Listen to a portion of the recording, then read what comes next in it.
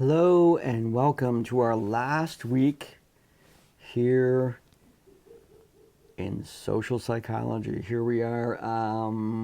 What a semester. And I have to tell you, it was really nice to write this last chapter.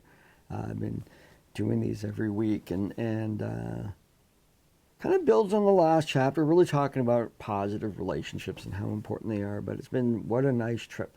This has been great experience. So we're going to be covering chapter 26, and I have decided to not do chapter 27. IO Psych seems out of context from where we are, and it just seems like I love IO Psych. I want to do a whole course on industrial psych, but not the way I want to end this class. I want to end this class still talking about relationships and how important it has been for all of us in this pandemic to connect with people. And that's kind of what this chapter is about, kind of what the last three chapters have been about. And so let's take a look at the course book material here, relationships and well-being. Start off here in the attention setting component here, looking at the longitudinal study that's going on at Harvard University, study of adult development, which has actually been a part of my career. I've included in information from that study in my developmental psych for over 20 years.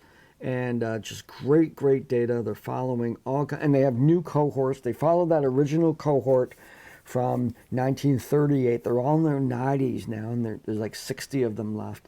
And they've been following these individuals and participating in studies and whatnot. And they have new cohorts, generation 2, generation 3. They're following just a great study on aging and wellness, and just a cool stuff. And you'll see that the data is indicating that the relationships are vital for well-being, even in the absence of health. Like a person could be unhealthy, but they have a better well-being because of the role that relationships have played. So as I described in here, I pulled this right off the website and gave you the link to that. Social connections appear to be good for health. Loneliness appears to be toxic. Certainly something we need to be considering here in these COVID days. Relationship quality matters, and good relationships appear to protect our brains. And you can read more about that. Can relationships boost longevity and well-being? So as we go in today's, we reiterate some of the messages that have been going on: the need for belonging, the need to be connected with other people, and literally how we've been using technology to do that. And so recently, as you probably figured out by now, I'm an Apple freak.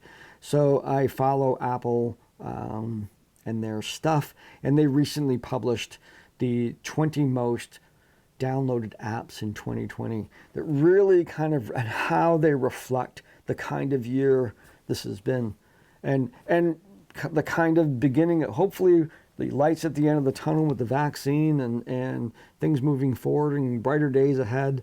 But certainly for a time, we're still going to be, for quite some time, we'll still be reverberating from the events of 2020. But the apps so starkly show the need to connect to other people and how we're using technology to do that. Now, keeping in mind how fortunate we are that we have these technologies, that I can record a video and I kind of feel like I'm talking to you, even though I'm talking to myself right now, but we can connect. We've been using Zoom, we've been using other ways, email and stuff, and we don't feel quite alone in the world, and how fortunate we are to have those technologies is something we can't take for granted. So here we have all of these. 11 of the 20 are connecting with other people apps, or social media, or ways in which we connect to others. And now the problem of studying the connection between relationships and healthy relationships and what's on well-being is really that kind of mysterious concept of well-being, health, wellness. What is that? Different things for different people. And that becomes really one of the places where, not that it becomes difficult to study necessarily, but it's harder to get like the 30,000 foot view of what research is telling us, because a lot of different research projects use different measures of wellness. And so we have to have this very diverse view. And so in accordance with that, we can look at some major factors that we seem to be associated with various areas of wellness and well-being. The presence of relationships, positive relationships, the presence of those relationships is vital. Intimate relationships, the people that we choose as our main partners, those individuals, their special role as a confidant, as an individual that we share, that we are open to, that we trust them, all of these things vitally important to have individuals that have that value in our lives. And it reflects on why divorce can be such a detrimental part of a person's well-being. And so because those individuals play such an important role. Kind of all I discussed, because a lot of the stuff that was in this chapter I felt was really sort of reiterating earlier chapters, but I really wanted to pull that intimate relationship material out. And in this last chapter, I want to take a positive psychology view, and I want you to locate somewhere in your social circle a person who is very happy, an individual that you perceive of as being very happy. And I want you to talk with them, and I want you to ask them the role that relationships have taken in them being happy. What role of relationships that you've had, and maybe even some storytelling about, individuals that they've encountered, certainly their partners in their lives if they have that, but even individuals who have never married or whatever. It's not the only pathway to happiness, although it's a very common and very likely successful way to pursue happiness without the guarantee. But there are individuals who have never been married who have great lives and great relationships with individuals and are very, very happy.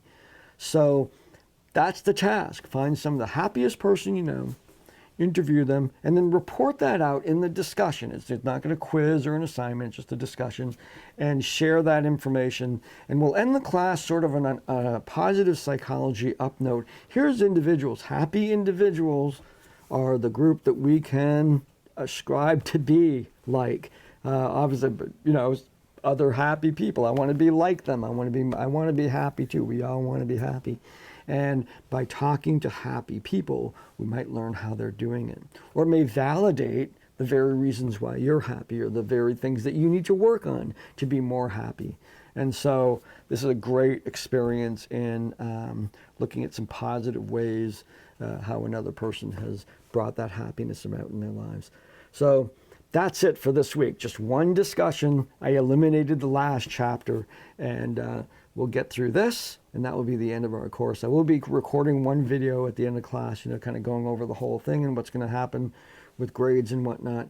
But I've certainly enjoyed this adventure with you, and looking forward to seeing you on the discussion boards.